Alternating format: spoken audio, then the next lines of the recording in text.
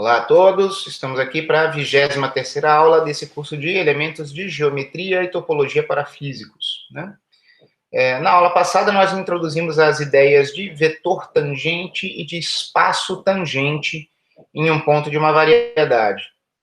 Então, agora nós estamos chegando num ponto de contato dessa etapa do nosso curso com o início do curso, onde nós vimos conceitos de álgebra linear e de álgebra multilinear. Então, agora é um momento bem interessante do curso, tá? Então, o objetivo aqui dessa aula é estender um pouco mais essas ideias de campos vetoriais e também de formas diferenciais e campos tensoriais no contexto de variedades, sempre conectando com as partes, né, os temas de álgebra linear e multilinear vistos no início do curso. Então, vamos lá. Estamos aqui em campos vetoriais. Eu vou comentar aqui pausadamente um ponto que talvez eu tenha deixado não muito claro na aula anterior, né? No final da última aula, eu defini campos vetoriais suaves para vocês, e os próprios textos não são completamente claros na notação deles, né? Então, vamos lá. Qual que é a ideia de um campo vetorial? Eu vou falar rapidamente, porque eu estou repetindo, mas eu pretendo deixar algumas ideias mais claras, tá? Para nós, pessoal, um campo vetorial é uma função que a cada ponto da nossa variedade M, muitas vezes a gente vai estar chamando esse ponto representativo de P, associa um vetor tangente no ponto P, um elemento do espaço tangente TPM. É o espaço tangente ao ponto P da variedade M. Tá bom? Um vetor tangente como esse, pessoal, a gente pode chamar em alguns contextos de uma letra, às vezes é minúscula, como foi o Vzinho dando a direção da derivada direcional da semana passada, da última aula, ou maiúscula, como esse xão, e a gente coloca o ponto P aqui, para nós dizermos que, efetivamente, nós estamos pegando a imagem do campo vetorial X. Só que, às vezes, a linguagem, né, é imprecisa. Se o ponto P for considerado qualquer, eu estou com uma função ou eu estou com a imagem da função? Isso nos remete àquelas primeiras aulas de matemática que o professor fala. Considere a função f de x, né, quando é uma função simples, dos reais. A função é f, né, pessoal? F de x, na verdade, seria a imagem associada a um certo elemento do domínio x. Mas quando a gente pensa nesse elemento do domínio como algo geral, aí a gente tem essa liberdade poética de falar, considere a função f de x. Então, algo exatamente análogo ocorre aqui com campos vetoriais, né? Tem hora que os autores colocam o ponto onde o campo vetorial está pendurado como um tipo de índice aqui no campo vetorial. Então, isso aqui é um campo vetorial, é uma função nesse sentido que eu estou falando, e isso aqui é um vetor tangente, que calha de ser uma função também para nós, mas é outra função, certo? Tá? Então, eu vou tentar ser um pouco mais cuidadoso nesse sentido. Quando eu estiver falando de campo vetorial, agora vai ser a função, nesse sentido, capaz de receber qualquer ponto da variedade. Ainda estará indefinido. Tá? E quando eu falar de um certo vetor tangente x de P, certo? Será o valor do meu vector field, do meu campo vetorial, naquele ponto P. Então, terá se tornado um vetor tangente. Para confundir a gente, essa imagem é uma função, que agora vetores tangentes para a gente são derivações, certo? Que pegam funções suaves e nos dão reais. Mas, vamos lá. É importante a gente tentar pensar um pouquinho nisso. Então, eu comentei aqui no texto, é importante distinguirmos tão claramente quanto possível o campo X, que ainda está disponível para receber um ponto qualquer da nossa variedade. Aqui eu devia ter posto P, viu, pessoal? Bom, não é P, não. Quando é qualquer, eu vou tentar usar X, tá certo. Desculpem. Mas nós precisamos distinguir o campo disponível para receber um qualquer ponto da variedade x, da imagem xp, que é um vetor tangente ao específico ponto P da nossa variedade. Vai ser mais ou menos isso que eu vou querer dizer. Por mais que letras sejam apenas letras, muito mais importante a ideia, quando eu tender a usar P, eu vou estar pensando num ponto específico da variedade. Tá? E aí eu vou ter um certo vetor tangente x de P. Quando eu quiser pensar no campo vetorial disponível ainda para receber qualquer ponto da variedade, eu vou escrever algo como o x sem nenhum índice. Tá bom? Assim, a gente tem que tomar cuidado, mais cuidado do que eu tomei no final da aula passada, para a gente escrever coisas assim, ó. Eu comento aqui. Assim, eu vou tentar escrever de uma forma ligeiramente diferente um campo vetorial distinto da sua imagem, que vai ser um vetor tangente. Olha só, um vetor tangente ao ponto P da variedade pelo campo vetorial x vai ser um x com esse P, certo? É um vetor tangente. Só que lembrem-se de que um vetor tangente, para mim, é uma derivação. É uma derivação que pode ser escrita como um vetor, em geral, como uma combinação linear com coeficientes, multiplicando cada elemento da base. Cada elemento da base aqui é uma derivação, tá? Na direção de incremento de uma das minhas coordenadas locais e tomada no ponto P. Pessoal, isso aqui é muito esquisito, porque operadores diferenciais a gente até vê, esperando uma função entrar. Mas aqui a gente espera a função entrar para tomar a derivada parcial em relação a uma certa coordenada local e depois ainda vamos aplicar no ponto P. Então, olha só como que eu vou interpretar isso aqui. Pessoal, isso aqui para mim é um escalar. Porque esse x com índice i elevado é uma das componentes do meu campo vetorial. Nós vimos isso na aula passada, vou repetir aqui agora, mas isso aqui é um número real. Multiplicando um vetor, que é um operador diferencial, e à espera de uma função para ser aplicada num ponto. Escalar vezes vetor. Ufa, é como eu espero abrir qualquer vetor de um espaço vetorial. Mesmo que seja um espaço vetorial de derivações. Vejamos, mas um vetor tangente, por si só, é uma função. Quem que ele espera? Ele espera funções suaves da variedade nos reais. Tá? Então, eu esperaria que o vetor tangente, quando engolir uma dessas funções suaves, me dê um escalar. Então, é verdade. Quando esse objeto aqui receber uma função f suave, del f, del x, e no ponto P será um escalar, multiplicado por um escalar. Claro que tem convenção de Einstein aqui, já teve na aula passada, certo, pessoal? Mas eu estou repetindo os termos. Mas verifiquem que quando esse objeto engolir uma certa função suave, o resultado será um escalar, porque a gente vai estar tomando a derivada parcial dessa tal função no ponto, tá bom? E multiplicando por escalares. A gente chama isso de uma expressão local. É uma expressão local do vetor tangente.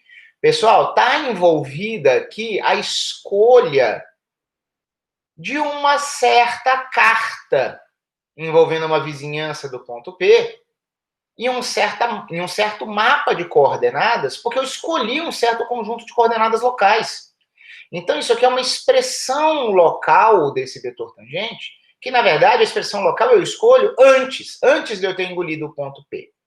Vamos ver, quem é a expressão local do campo vetorial x, em termos de um certo conjunto de coordenadas locais, num sentido geral?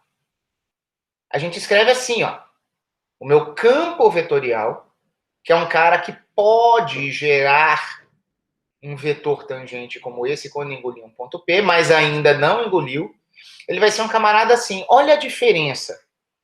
A gente vai ter aqui, ó, del xi, Eu coloquei esse x aqui só para não ficar vazio, só para eu ter uma certa simetria, mas a ideia é que eu não aplico isso em ponto nenhum. Então, notem que é completamente diferente eu tomar uma derivada parcial de uma função e aplicar um ponto, aí eu tenho a imagem, do que eu simplesmente tomar a derivada parcial de uma função e não fazer nada. O resultado será uma função ainda, tá? Quando eu engolir uma f. E cada um dos escalares que eu estaria vendo aqui num ponto P específico, no sentido geral de um campo vetorial, ele vai ter uma função. Pessoal, então olha como isso aqui é conceitualmente diferente. Um vetor tem que ter escalares do corpo, por simplicidade estamos aqui no corpo dos reais, vezes os vetores da base. Aqui nós estamos com funções, vezes objetos que fazem o papel de vetores de base. Mas base do quê? Isso não é um espaço vetorial, porque não está sendo uma combinação linear por elementos de um corpo, por escalares, reais, complexos ou outro corpo qualquer, está com funções. Será que eu posso chamar cada um desses caras aqui? Claro que tem soma de Einstein de novo, né? Mas cada um deles eu posso chamar de elemento da base? Base do quê? Não é um espaço vetorial, porque não está sendo combinado com escalares. Bom, percebam a diferença sutil entre esses objetos. Agora eu estou sendo absolutamente claro, e por isso que eu faço questão de colocar esse ponto P aqui também, porque não adiantava eu aplicar o ponto P aqui para ter um escalar, e depois receber uma função suave e ficar com uma função. Não, um vetor tangente precisa engolir a função e gerar um escalar, um real. Isso é bem diferente deste objeto aqui, tá bom? Que é um operador diferencial geral, que é uma combinação com funções de vários operadores diferenciais. Quando a gente puder entender que tem um ponto subentendido, a gente pode escrever essa notação aqui bem mais compacta.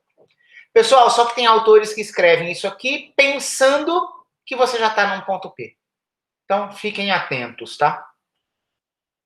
Fiquem atentos. Eu mesmo, em algum momento, desde que eu deixe claro, posso até omitir um certo ponto P, e quando eu estiver escrevendo isso aqui, eu vou estar me referindo a um XP, a um vetor tangente, e não ao campo vetorial capaz de produzir.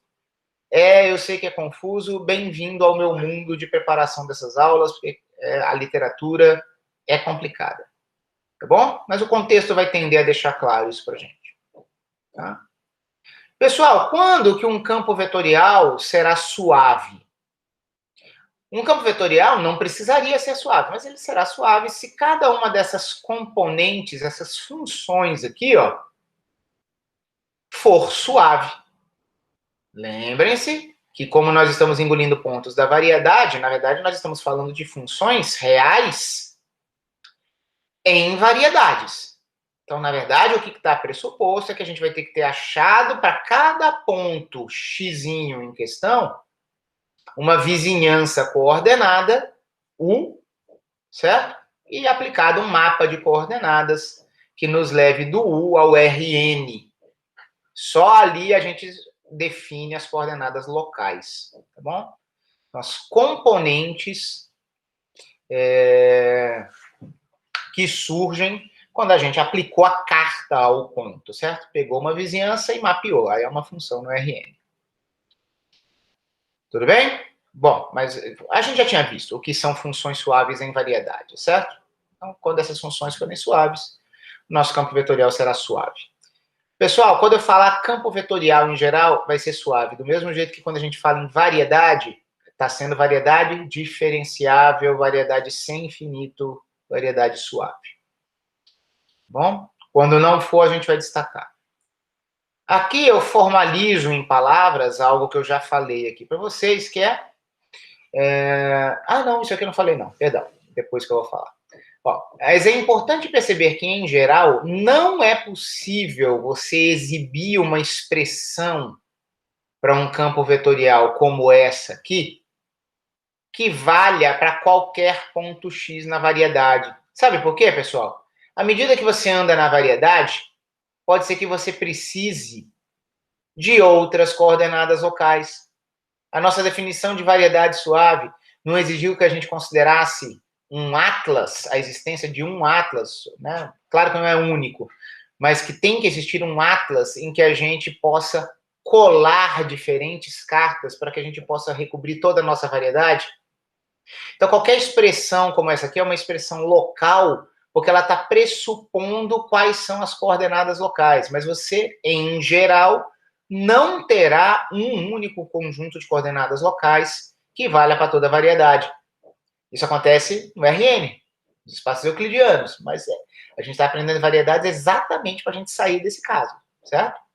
Então, eu comentei aqui que é importante perceber que você nunca vai ter uma expressão globalmente definida para um campo vetorial. Nunca, fora o caso RN triviável, certo? O RN é uma exceção, evidentemente, porque é coberto por uma única carta, certo? Você define como aberto de qualquer ponto próprio RN e usa a função identidade. Tá? Mas isso é trivial. A gente nem estaria precisando dessa nossa discussão, desse nosso curso. Bom? Pessoal, eu tinha destacado ali a diferença entre o campo vetorial como uma certa função e a sua imagem, que é um vetor tangente. Os vetores tangentes são vetores. Vocês viram, escalares vezes vetores da base, espaço vetorial. Mas será que a gente tem um nome para aquele monte de operadores diferenciais multiplicados por funções suaves que constituíram aquela expressão local para um campo vetorial? Sim. Na verdade, pessoal, nós podemos somar dois campos vetoriais do jeito que você imaginaria, tá? É uma adição trivial. E também podemos multiplicar campos vetoriais por funções suaves. Olhem que a gente, em geral, não está preocupado em multiplicar só por escalares, a gente está multiplicando por funções, tá bom? Mas a gente tem como somar, por exemplo, duas expressões locais como essas. Claro, se você tivesse no mesmo conjunto de coordenadas locais, a gente consegue somar dois campos vetoriais e conseguimos, em geral, multiplicar um campo vetorial por uma função suave, que simplesmente se juntaria a cada componente e vai dar um objeto da mesma natureza. Esse tipo de construção matemática tem um nome. O conjunto de todos os campos vetoriais, normalmente representado assim, ó, esse X meio caligráfico aqui na variedade, ou de vector fields, né, campos vetoriais na variedade. Esse conjunto com essas operações constitui o que os matemáticos chamam de um módulo sobre o anel de funções suaves. Pessoal, eu estou mencionando isso aqui exatamente para os curiosos que quiserem correr e irem atrás. Eu não vou definir, tá bom? Mas um ring, um anel, é um conceito menos restrito do que um corpo de escalares, tá certo? Então, é um anel de funções, enquanto a gente tem corpos de números reais, de números complexos, vários corpos finitos, certo? Mas generaliza a ideia do que são os seus fatores que multiplicam, podem ser funções agora, e ao invés da gente obter um espaço vetorial, tem uma estrutura matemática que a gente chama de módulo, tá bom? Só que o legal é que módulos, elementos de um módulo, são combinações. Eu não vou falar combinações lineares, porque quem multiplica não são escalares, são funções. Mas são combinações de elementos de uma base. Então, para quem quiser ir atrás, vai ver. Módulo é um conceito mais fraco do que espaço vetorial, mais geral. Anel é um conceito mais geral do que corpo. Mas o fato é que existe uma base. Então, aqueles nossos operadores diferenciais puros, sem estarem comprometidos com você jogar num certo ponto P, são elementos de uma base, certo? Do módulo, desse conjunto de campos vetoriais, tá bom? Então, eu digo aqui, cada um deles é uma base, e os elementos dessa base são multiplicados por funções suaves na variedade. Contrasto isso aqui com o caso de um vetor tangente, em que esses elementos aqui, tomados num ponto, são vetores multiplicados por números reais. Exatamente o que eu já tinha discutido antes. Tá bom? Pessoal, agora chegou a hora em que nós deveríamos ter algum alívio conceitual, apesar de uma certa quantidade de índices que vai entrar na nossa vida agora. Por quê? Porque agora nós vamos reduzir o nosso tratamento a coisas que nós já estudamos.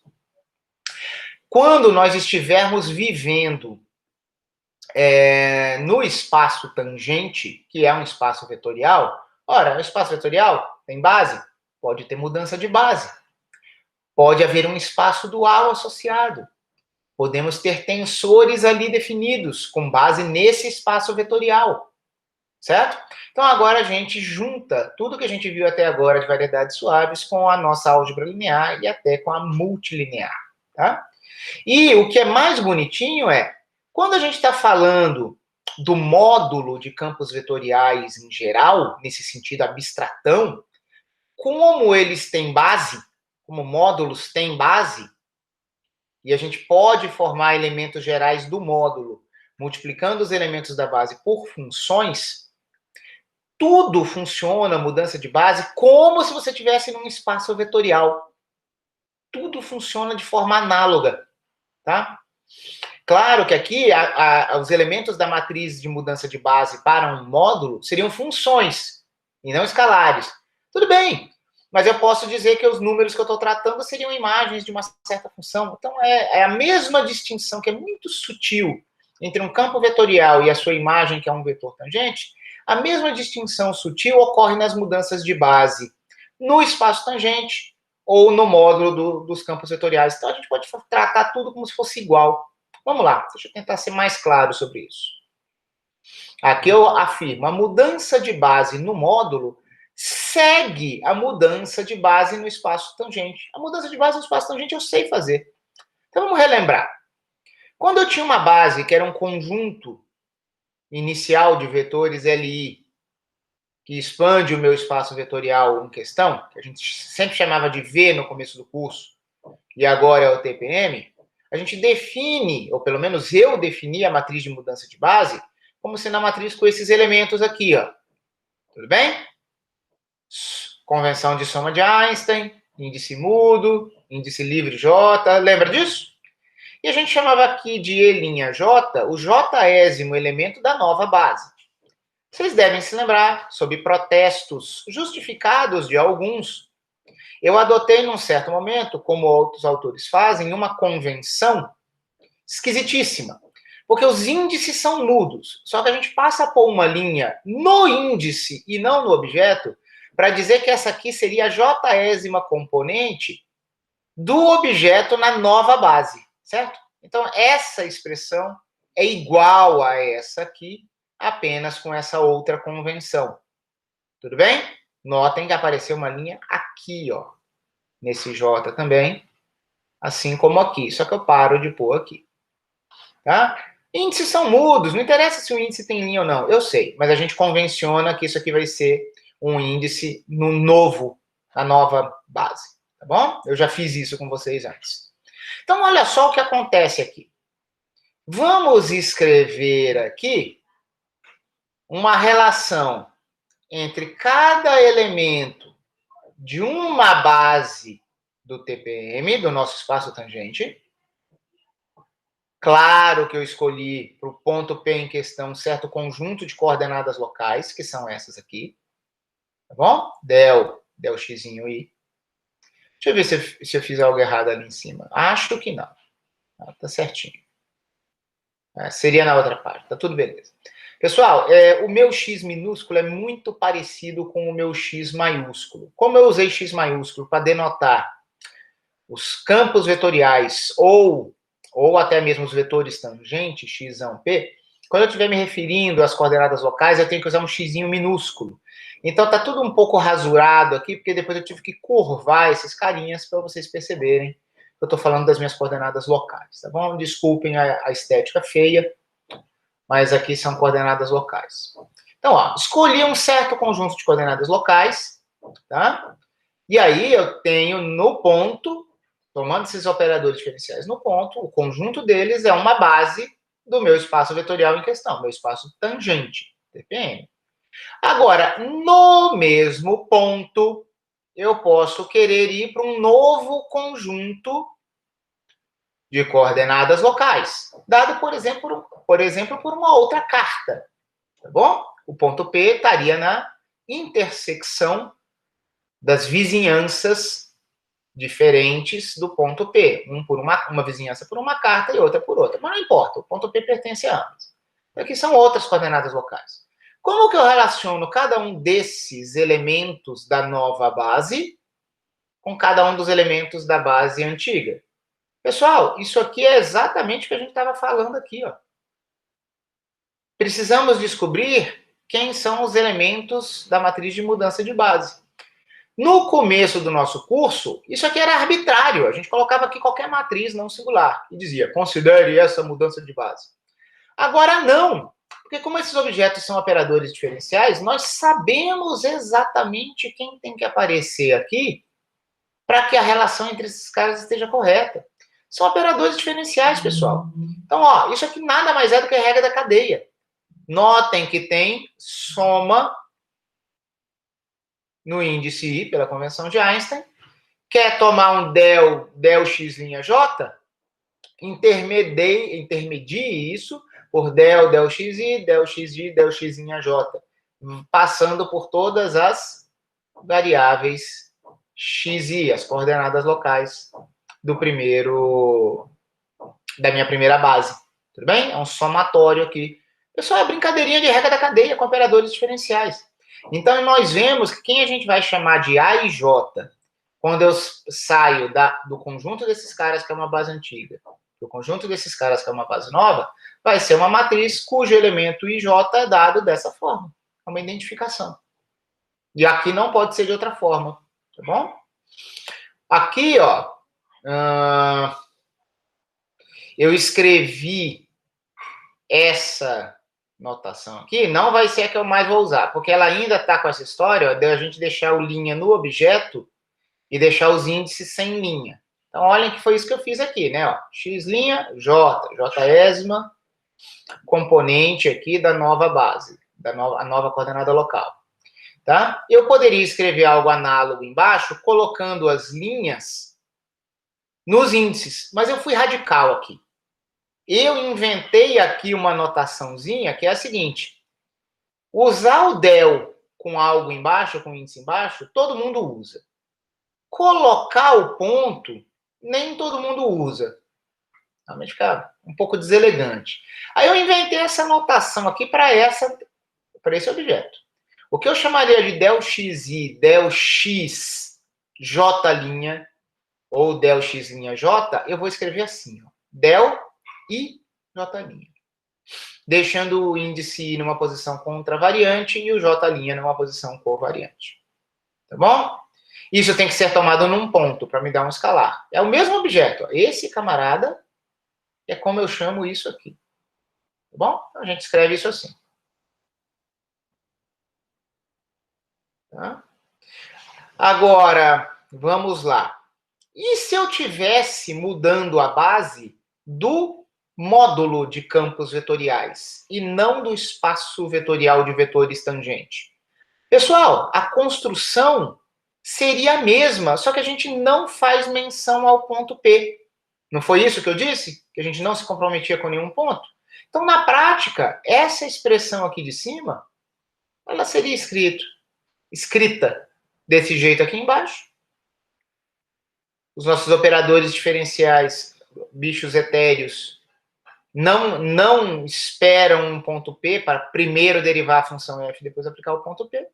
E nessa minha notação simplificada aqui, tirando essas aplicações no ponto P, olha que expressão mais simplesinha que aparece. Base do módulo, base original do módulo, sempre comprometido com uma escolha de coordenadas locais, tá, pessoal? Uma expressão local. Base nova do meu módulo. Conectados por funções. Quando eu estivesse vendo isso aqui, eu não estaria mais tomando essas derivadas parciais no ponto P, seriam funções. Tá bom? Pensem nisso. Então, eu destaquei que essa primeira expressão é no espaço tangente. Essa aqui é no meu conjunto de campos vetoriais. Só que às vezes a gente pode escrever isso aqui, imaginando isso aqui, para não ficar carregando esses pontos P. Então, sempre o contexto que vai nos ajudar. Tá bom? Então, eu coloco isso aqui em palavras. Como é a relação entre os componentes quando nós mudamos de uma base coordenada para outra, uma base B, uma base B', oriundas de diferentes conjuntos de coordenadas locais? Olha só, eu estou perguntando qual é a relação entre os componentes, tá, pessoal? Aqui a gente estava vendo a relação entre os elementos da base. Lembra daquela história que nós temos um vetor normalmente escrito com componentes contravariantes? Porque a gente tem uma matriz de mudança de base que realiza a mudança de base. Mas quando você vai ver o que ocorre com as componentes do vetor, as componentes se transformam de acordo com a matriz inversa, e eles são contravariantes. É isso que eu estou perguntando aqui. O que acontece com as componentes quando nós temos uma mudança de base? Pessoal, já estudamos isso em álgebra linear. Vai aparecer a matriz inversa. Tá? Vamos ver o que vai acontecer aqui. Olha só. Vou escrever aqui explicitamente um vetor tangente à minha variedade no ponto P, usando a sua base de derivações no ponto P. Então, aqui, escalares. Porque eu já peguei o que seriam as funções componentes do campo vetorial e já as joguei num ponto. Tá bom? Elas geraram escalares aqui. Tá aqui, ó. X, I, del I. Pessoal, só que a gente pode escrever isso também em termos de uma nova base. Exatamente mudança de base. X, J', del J', no mesmo ponto P. Beleza? A gente está escrevendo a mesma coisa. Só que eu estou dizendo aqui, sendo uma nova base, eu coloco essa linha. Eu mantenho esse x J', e olha só o que a gente pode escrever aqui. A gente não tinha visto exatamente como esses caras aqui se transformavam? Esse aqui não é um vetor da base nova? Vetor da base nova é igual a um certo escalar vezes vetor da base velha. Notem como o índice I é mudo e temos um J' na posição covariante, que é exatamente o que a gente tinha aqui. Tá bom? Então, este camarada vira estes dois. Mas por que eu pus esse delimitador aqui pegando esse termo? Porque eu quero que vocês comparem esta expressão com esta. Tá bom? Então, qual será a nossa conclusão? Pessoal, isso aqui é uma equação de componentes de uma multiplicação matricial. Eu tenho uma certa matriz, vezes um certo vetor que a gente interpreta como coluna, lembra? Tá? Isso é uma matriz vezes um vetor coluna, dando um outro vetor. Quem é esse vetor aqui? Pessoal, esse aqui é o vetor de componentes do vetor tangente XP. Eu acho que eu deveria ter colocado P aqui. Puxa vida, como é difícil isso. Certo? Ou então, eu acho que eu não coloquei. Não, na verdade foi intencional. Eu não coloquei porque isso aqui vai valer tanto para os vetores tangentes quanto para o módulo, é isso. Tá? Mas vocês podem dizer que podem imaginar que seria o XP, que é um vetor aqui, seria o seu vetor coluna de componentes na base B, sendo igual a uma matriz A.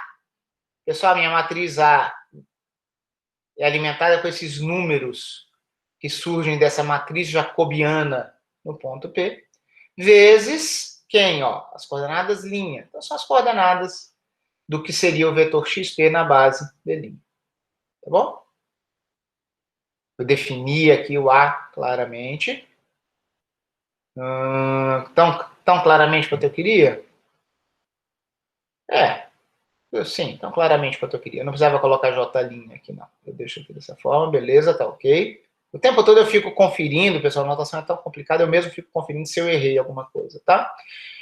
Não tem erro aqui. O que vocês poderiam imaginar é que eu poderia ter escrito xão P aqui, mas aqui eu já fiz de propósito. Eu disse para vocês, acabei de dizer para vocês que vai ter horas que eu vou usar uma expressão, por exemplo, como essa aqui, subentendendo o ponto P, tá? Eu não quero me preocupar com isso. Mas, para quem for preciosista nesse momento, poderia imaginar que aqui era o vetor x não P. Tá? Claro que aqui a gente pode multiplicar pela matriz inversa pela esquerda, ambos os lados dessa equação, e nós chegamos naquela equação que a gente já sabia, que mostra que as componentes de um vetor são componentes contravariantes, porque usam a matriz inversa. Tá? Vocês poderiam dizer, mas se a matriz é inversível, antes, Léo, você disse que você tinha liberdade de escolher a sua matriz de mudança de base. Então, né, por construção, você sempre escolheria algo inversível. E agora, quem disse que isso é inversível? Pessoal, essa matriz é a matriz jacobiana calculada em um ponto, não é isso? Tá bom. Pessoal, só que só da gente imaginar... Olha só o que é isso aqui. Lembra daquela história de compatibilidade entre diferentes cartas? Lembra que a gente exigia na definição de uma variedade diferenciável que nós tivéssemos difeomorfismos entre dois RNs mapeados por duas cartas distintas, com vizinhanças distintas de um mesmo ponto? E lembra do teorema da função inversa, que diz que quando você tem um difeomorfismo entre abertos, ali você tem que ter um determinante jacobiano não nulo? Pessoal, é esse determinante, é o determinante dessa matriz. Eu sei que ele é não nulo. Por quê? Porque quando eu tivesse duas cartas envolvendo diferentes vizinhanças do ponto P, ó, qual é a história? Lembra do que é um mapa de coordenadas, né? Eu escolho a carta UFI, quer dizer que U é uma vizinhança de P, e φ será uma função que irá para o Rn a partir daquela vizinhança do ponto P que vive na variedade. Sim, mas se esse cara vai para um ponto no Rn, eu posso interpretar as coordenadas desse ponto do Rn como sendo as minhas coordenadas locais como funções de P. Se eu estou com outra carta, eu vou ter outras componentes. São esses caras que eu chamo de x', não é isso? E a ideia é, a gente relaciona essas componentes x i e x' i pelos mapas de transição, pelas mudanças de variáveis, mudanças de coordenadas, não é isso?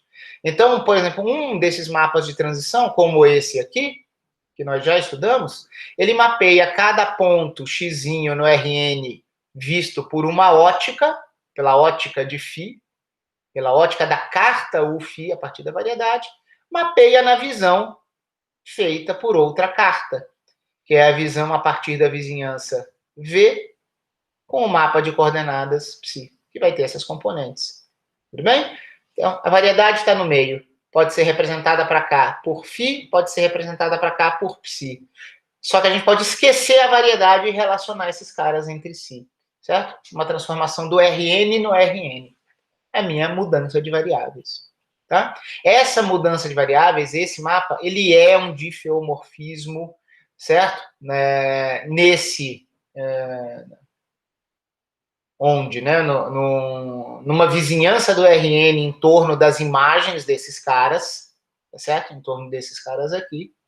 E ali, pelo teorema da função inversa, eu sei que o determinante é não nulo. Então, tá tudo muito bem construído. Se eu não tivesse, só de eu dizer que eu tenho dois sistemas de coordenadas locais de cartas compatíveis, eu estou dizendo que aquela matriz tem um determinante não nulo, a matriz é não singular. Bom? O porquê que eu não coloquei o P, o índice Pzinho aqui, para dizer que eu estava falando do vetor XP? Porque, como eu já falei algumas vezes, a ideia de mudança de base vale para os módulos também. Então, nada muda sem o ponto P. Tá bom? Nada muda sem o ponto P. O que eu quis escrever aqui, mas interpretar que x é uma função de x', ou que x' é visto como uma função de x, é essa relação que tem que ser vista nas equações 1 e 2. Então, o que eu quero dizer com isso?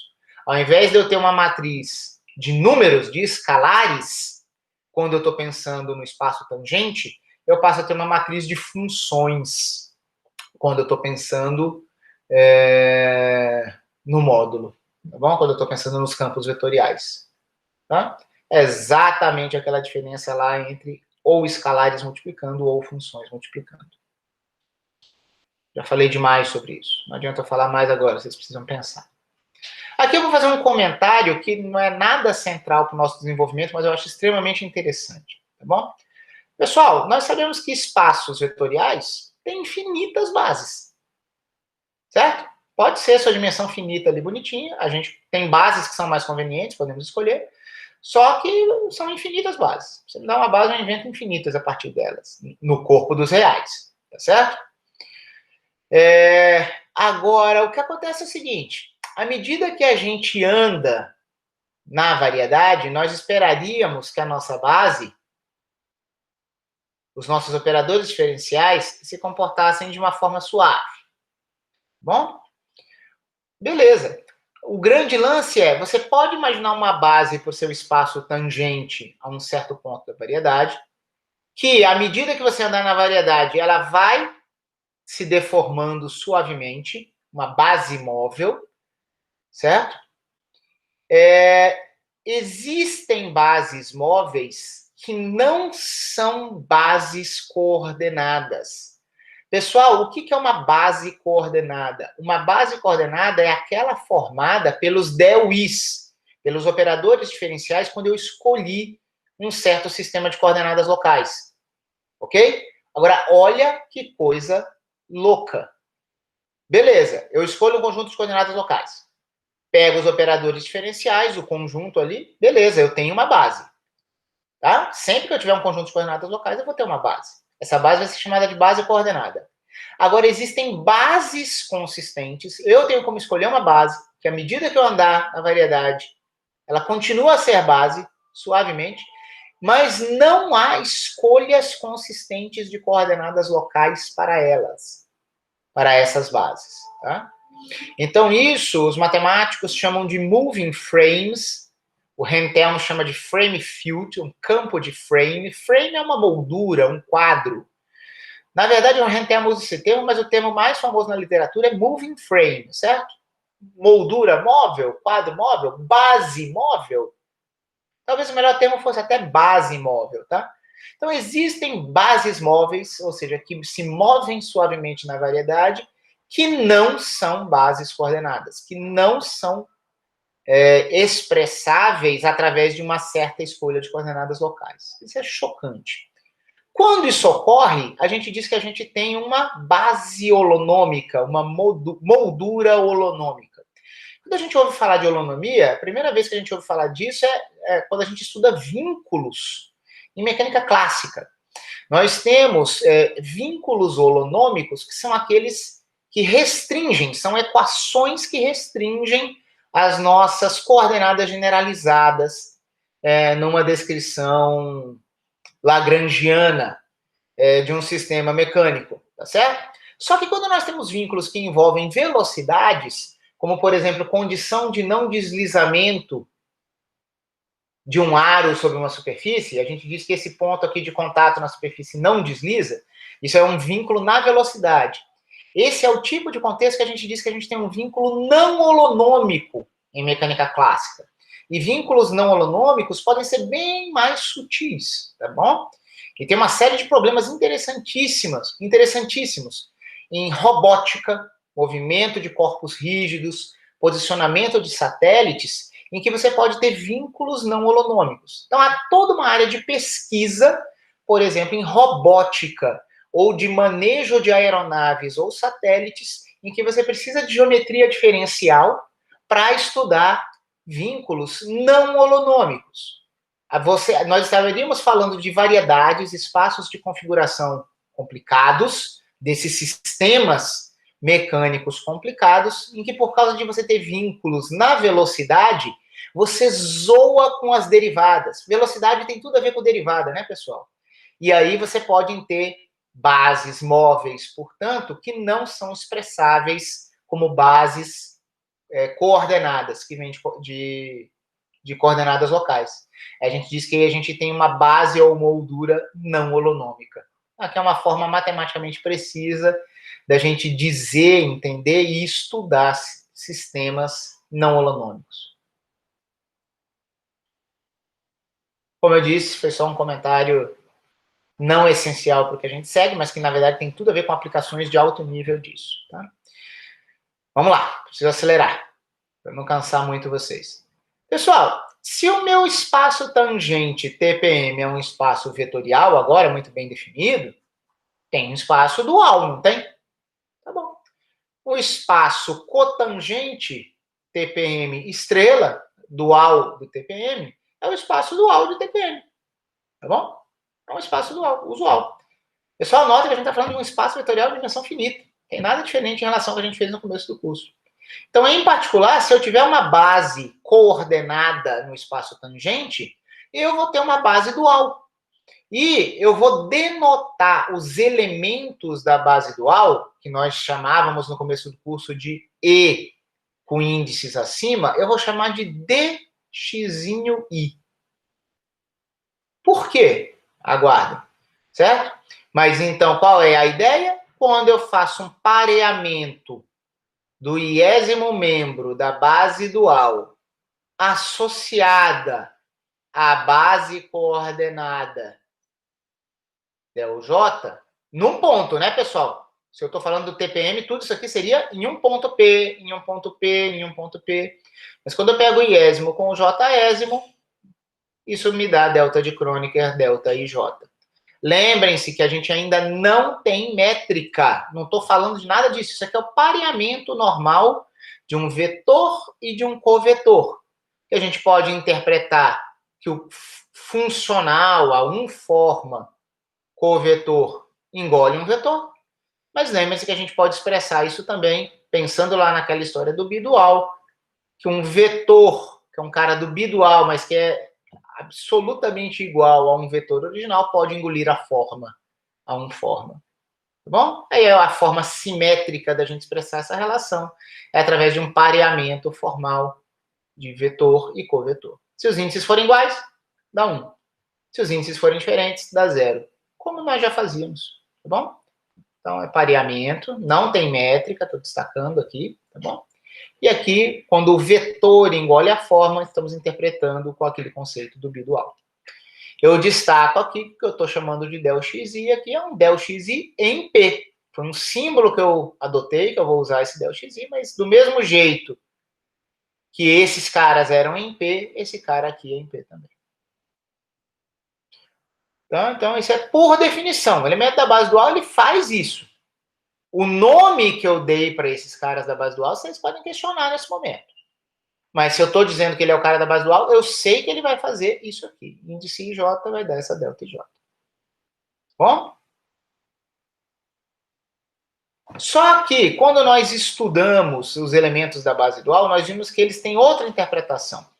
A gente viu que a gente pode defini-los daquele jeito. Elemento de uma base dual, pega o elemento da base direta, vai dar 1 ou 0. Mas nós também podemos fazer elementos da base dual engolirem vetores genéricos do espaço vetorial em questão, que no caso é o espaço tangente, então eu pego aqui um vetor XP. E eu sei que o que acontece, eu extraio a componente. Vocês se lembram disso? Eu extraio a iésima componente do vetor, quando eu aplico o iésimo elemento da base dual. Então tá aqui, ó. Explicitamente, em termos de uma base, esse vetor tangente ele é escrito assim, ó.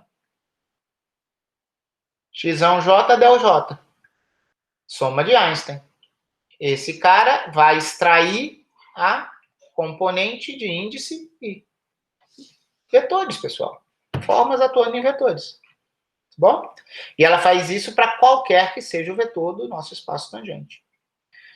E, em geral, a gente estava falando até agora só dos elementos da base dual do espaço cotangente, mas um covetor, em geral, um membro qualquer do meu espaço cotangente ao ponto P, vai ser uma combinação linear com escalares vezes os elementos da base.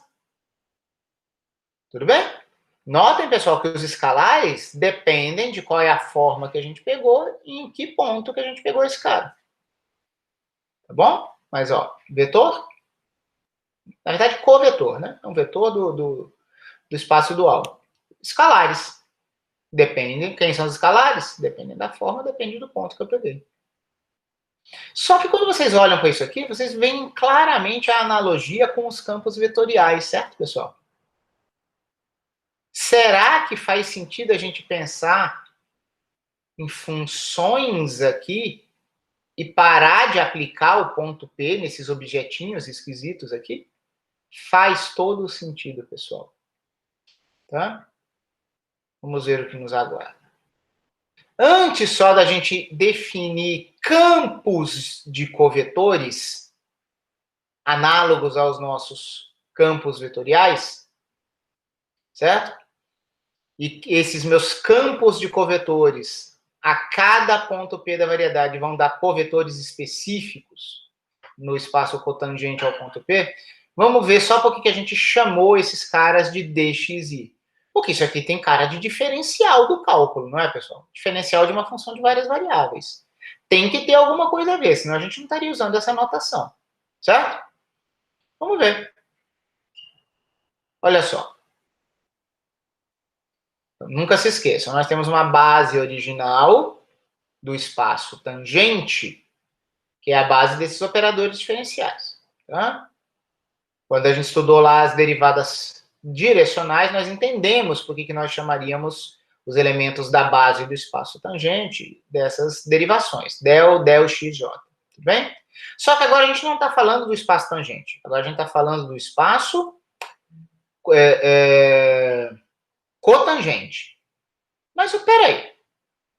Lá no espaço tangente, eu poderia ter uma certa base e a gente poderia fazer uma mudança de base. Foi isso que a gente discutiu aqui, né? Antes de começar a falar do espaço cotangente. Ora, eu estou dizendo que essa base aqui, desses bichos com esses símbolos, é a base dual a essa. Mas se eu faço uma mudança de base lá no espaço tangente, de uma base B para B', qual será o efeito disso na base dual? Agora a gente tem que pensar numa base dual de B'. E os seus elementos, em geral, são diferentes da primeira base dual que a gente tinha considerado. Então, teremos aqui dx e linha. Sim, os índices são mudos, mas a gente usa linha para dizer que a gente está numa nova base dual. Vamos ver o que acontece aqui. Eu quero saber, pessoal, o seguinte, a gente já viu a mudança de base daqui para cá. Só que quando eu faço essa mudança aqui, qual será a mudança entre as bases duais? Vejamos. Nós vamos provar. Ó, esses objetos são objetos novos e misteriosos. Eu usei essa notação de diferencial, mas vocês não sabem por quê, certo? O que eu quero fazer aqui agora é justificar o porquê. Eu vou gritar para vocês primeiro o resultado e depois vou demonstrá-lo, tá? Então, aqui, só para a gente já entender o que vai acontecer, o resultado será esse aqui. Esses objetos, um objeto novo a partir do conjunto de objetos antigos, vai ser construído assim. Ó. Notem que tem soma de Einstein. E esse novo objeto vai envolver a matriz jacobiana no ponto, se a gente realmente está pensando no espaço cotangente, certo? De covetores específicos. Pessoal, olhem para isso aqui. Quando você faz uma mudança de variáveis lá no cálculo 2, não é exatamente isso aqui que aparece? Sei lá, pensa em x, y indo para r, θ em coordenadas polares. A diferencial, sei lá, dr, não é exatamente del r, del x, dx, mais del r, del y, dy, que vem simplesmente ali de uma regra da cadeia? Então, pessoal, são exatamente esses os coeficientes que aparecem nessa soma de Einstein para relacionar os elementos de uma primeira base dual com os elementos de uma nova base dual. Se eles são caras que estão exatamente multiplicados por essas derivadas parciais do jeito certo por uma diferencial, a gente vai chamar esses caras de diferenciais. Tá bom? Vamos provar? Então, aqui eu afirmo isso. Eu digo que isso ocorre exatamente como na diferencial de uma função real de várias variáveis reais. E, pessoal, o que eu vou fazer aqui agora, apesar da notação parecer muito diferente, é a mesma coisa que a gente fazia no começo do curso com álgebra linear. Ó, um covetor qualquer no ponto P é uma combinação linear dos elementos da base, tá? Só que olha o que vale. Aquela história da gente extrair componentes de vetores com formas, né? Se eu aplicar essa forma, esse elemento do espaço cotangente, a um certo vetor da base do espaço tangente, o que acontece? É pareamento. O pareamento é bilinear, tá, pessoal? Esse camarada, ó, ele está escrito aqui, como no começo da linha, vai atuar nesse bichinho. Os escalares podem sair do pareamento. E dxj, del i, é um del ji. E aqui eu pego a iésima componente da forma ômega. Ufa, que legal, a gente já fazia isso. Aplicar uma forma no iésimo elemento da base do espaço de vetores me dá a iésima componente da forma. Então, guarda esse resultado aqui. Foi só um lembrete. Tá? Lá no começo do nosso curso, isso aqui era um ezinho com um i embaixo, dando a componente. Agora, no dual de uma nova base, nós teremos outra representação da mesma forma. A forma ômega agora está expressa em termos da nova base. Pega esse objeto e apliquemos, vamos pegar esse objeto e vamos aplicar ele ao iésimo elemento da base original. Só que tem uma pequena confusão aqui se a gente fizer isso, né? Por quê? Porque agora eu quis expressar essa forma na base nova, e esse camarada aqui está na base antiga do espaço tangente. Aqui é base nova do cotangente, mas esse cara está na antiga. A gente não sabe trabalhar com isso. A gente precisa converter esse cara para a base nova do tangente. Quem é esse cara? Ele é este camarada aqui, ó. Foi a mudança, a matriz de mudança de base com que a gente iniciou essa discussão de mudança de base. Tá bom? Notem, índice mudo e linha, índice livre e na mesma posição desse camarada aqui. Então, eu repeti o primeiro argumento do meu pareamento forma-vetor. O segundo cara, agora eu trouxe para a base linha, porque por construção, eu ainda não sei quem são esses bichos, mas eu sei como eles agem em relação a esses. Isso aqui me dá uma delta de crônica, J' e linha. Pessoal, isso aqui é um escalar, tá? Tomei no ponto P. Assim como isso é um escalar. Os escalares vão para fora, só que os índices I' e J' têm que ser iguais. O resultado é isso aqui. Então, olhem agora para essas equações 1 e 2. Elas são exatamente a mesma coisa. Então, nós concluímos... Ó, essa aqui dava a iésima componente da forma. Pela mesma expressão aqui. Então, a nossa conclusão, ó, as componentes da forma se transformam desse jeito aqui. Ou, matricialmente, um vetor linha da forma na nova base dual é igual ao vetor linha da forma na base dual original, multiplicando pela esquerda a matriz A. Certo? Ou seja, as componentes das formas comportam-se de forma covariante sob uma mudança de base, porque usam a matriz A e não a sua inversa. Eu já sabia disso, nós já sabíamos disso, pessoal, a gente fez isso no nosso estudo do espaço dual, igualzinho. Tá? Então, eu sei que eu não precisava fazer de novo, mas eu quis escrever explicitamente aqui, mesmo com símbolos novos, para vocês verem que a gente já sabe fazer isso, tá bom? Tem que tocar um sininho aí, uau, isso é fácil, eu já sei. O que a gente vai fazer? Pega essa equação 3, tá? Escrevamos uma forma qualquer aqui, na base original. Só que isso quer dizer o seguinte. O que eu fiz aqui? Peraí. Ah, tá. Eu vou usar a expressão 3 para eu trocar esses escalares aqui na minha base original, tá bom? Então, ó, eu coloquei esse termo aqui entre parênteses, mas, na verdade, quem entrou substituindo foram estes dois primeiros. Esse dxi aqui é o mesmo que já estava aqui. Eu troquei o ômega i pela expressão dada na equação 3. Mas eu coloquei esses parênteses aqui para dizer o seguinte, numa outra base qualquer, de índices e linha, eu tenho essa expressão aqui. Então, a gente não tem alternativa, vou fazer um pequeno pulo aqui, mas, na verdade, para nós, isso já é evidentemente claro, que esses vetores da nova base dual precisam ser exatamente cada um deles precisa ser exatamente essa combinação linear dos vetores da base dual original. A igualdade entre este objeto aqui e o termo entre parênteses é exatamente a relação da mudança de variáveis numa diferencial que eu gritei aqui, que é a que a gente conhece no cálculo 2. Se os elementos dessa base dual, dessa base do espaço cotangente, se comportam exatamente como uma diferencial de uma função de várias variáveis se comportaria, eu vou chamar esses caras de diferenciais, como se fossem diferenciais. Pensem nisso, isso é muito importante. Agora nós vamos para aquele outro ponto, certo? E se nós estivermos combinando os elementos da base dual, da base do espaço cotangente, não por escalares, mas por funções. Pessoal, a gente vai ter um módulo, tá certo? Um módulo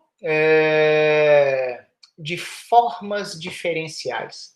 Cada vez que a gente considera aqueles escalares virando funções, que nem a gente fez lá nos campos vetoriais, a gente não pode mais falar formalmente em espaço vetorial. A gente vai falar num módulo, num anel de objetos desse tipo. Tá certo? Pessoal, quer uma coisa mais simples? Campos vetoriais. Não era assim, em cada ponto você não pendurava um vetor tangente? Formas diferenciais são campos de covetores. Em cada ponto da variedade, você pendura uma forma, um elemento do espaço cotangente naquele ponto. Só isso. Tá? Então, quando você escolhe o ponto da variedade, você passa a ter escalares e você vai passar a ter covetores em geral aqui.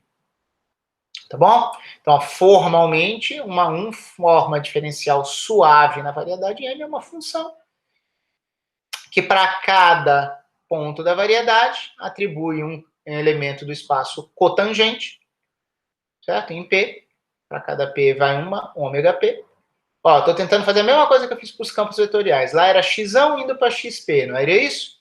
Aqui é um ômega, que no ponto P gera um covetor P, membro do espaço cotangente em P. E a gente escreve as coisas de forma completamente análoga.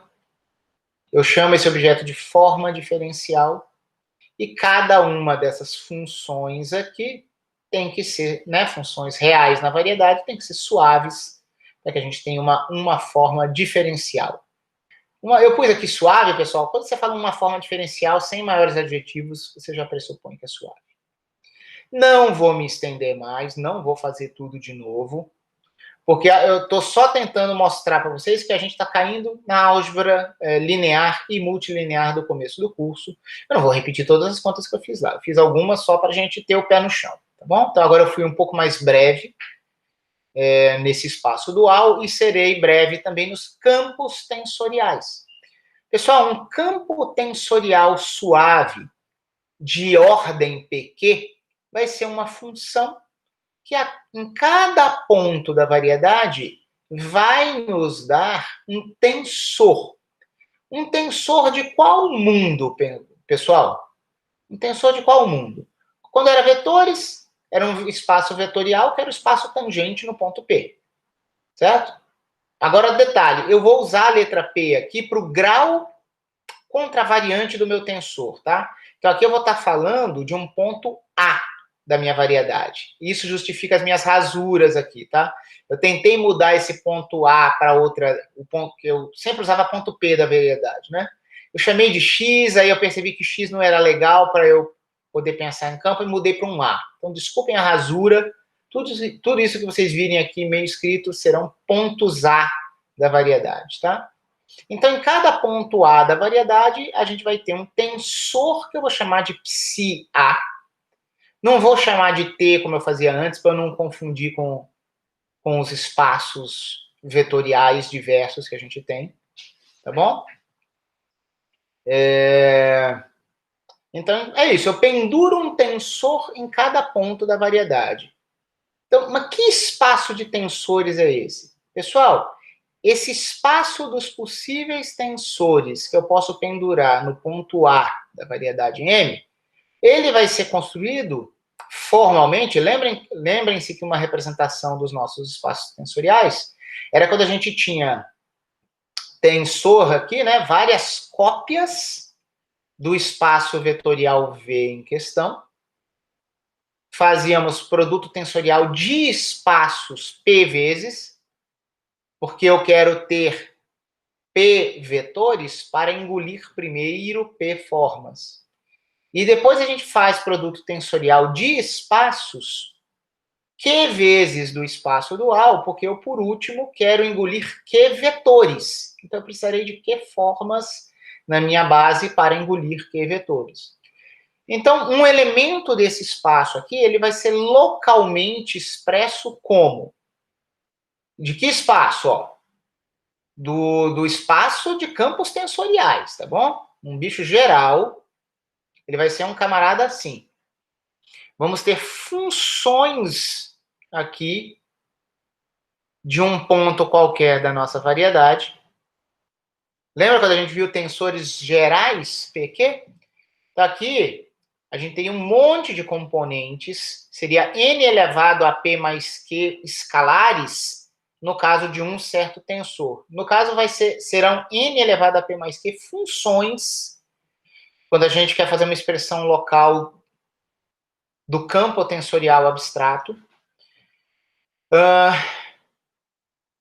A gente tem produtos de vetores da base, produto tensorial de vetores da base, com vários índices. Esses caras não precisam ser distintos entre si, lembrem-se disso, certo? E temos que ter aqui também Q elementos da base dual.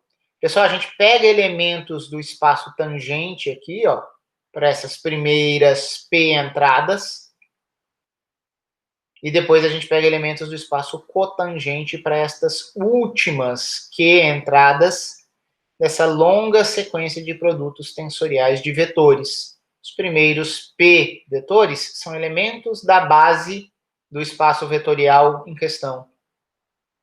Os últimos caras são elementos da base do dual do espaço vetorial em questão. Fazemos esses caras, consideramos todas as combinações possíveis com todos os índices possíveis. Vocês devem se lembrar que o conjunto destes objetos aqui, ó, daqui em diante até aqui, são bases para os espaços tensoriais TPQ. Tá?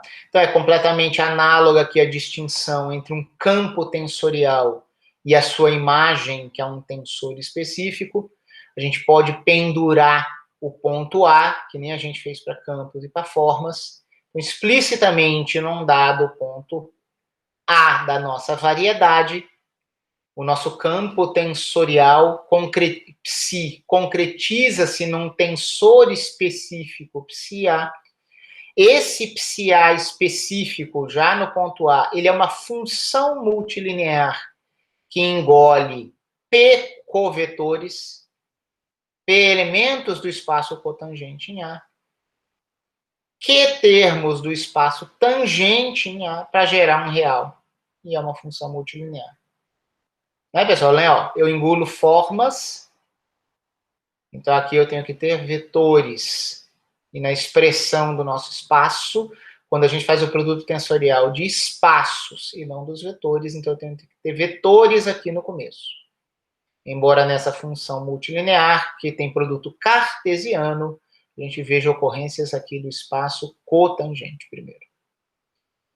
E essas componentes transformam-se. Vocês se lembram dessas transformações? Lindíssimas. Tô brincando, tá, pessoal? Haja índice, né? Mas é como a gente transforma as componentes de tensores.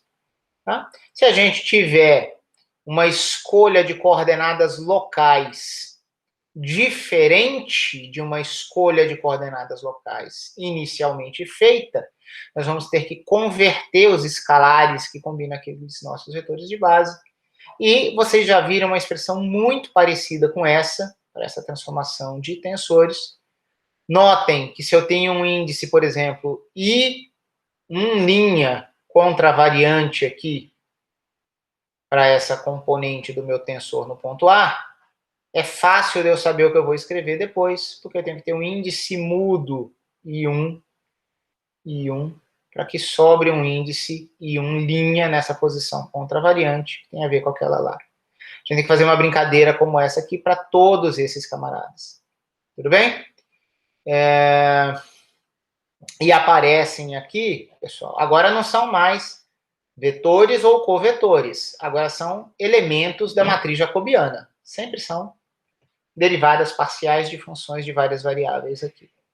Tudo bem? Só que o detalhe é, todo mundo é tomado em referência ao ponto A, e você tem que ver se você está expressando as novas coordenadas locais em termos das antigas, ou vice-versa, tá? Então, esses pontos aqui têm que ser tomados em x de A, esses caras aqui em x' de A. Onde x e x' foram novos nomes que a gente pode pensar aqui para os nossos mapas coordenados. Olhem isso aqui com mais calma, é muito índice, mas eu não estou falando nada fundamentalmente diferente do que quando a gente estudou tensores em álgebra multilinear. Tá? Então, nesse sentido, deveria ser mais fácil do que parece. A ideia de um campo tensorial é, num certo ponto A da variedade, pendure um tensor. Tensor de qual espaço tensorial? O espaço tensorial gerado pelos elementos da base do espaço tangente naquele ponto e pelos elementos da base dual do espaço cotangente naquele ponto. A gente faz produtos tensoriais desses caras de base. E nesse sentido, caímos no que já vimos anteriormente. Era isso que eu tinha para dizer hoje. Apenas peço que vocês aguardem o fim da gravação.